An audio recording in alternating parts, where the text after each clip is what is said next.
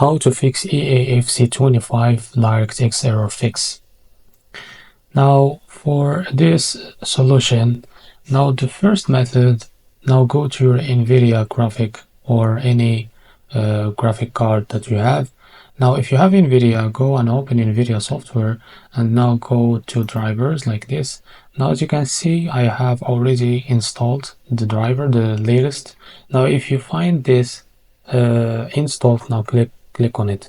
Now after you install the drivers on your graphic card, now let's go to step or the method number 2. The method number 2, it requires to download the DirectX software.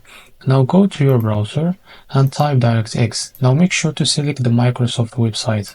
Now after you click on it, now I will change to English.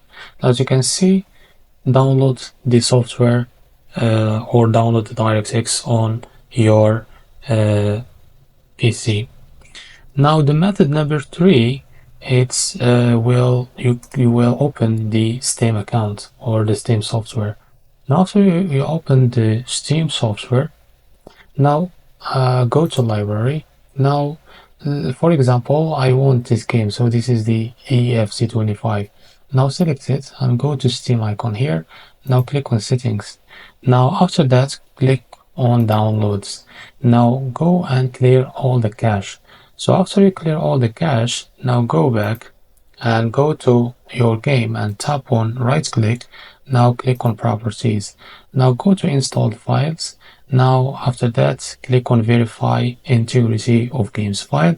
Now after the process of verifying is completed, now you can go back and you can now open and play your game. So this is how to fix EAFC25 DirectX error.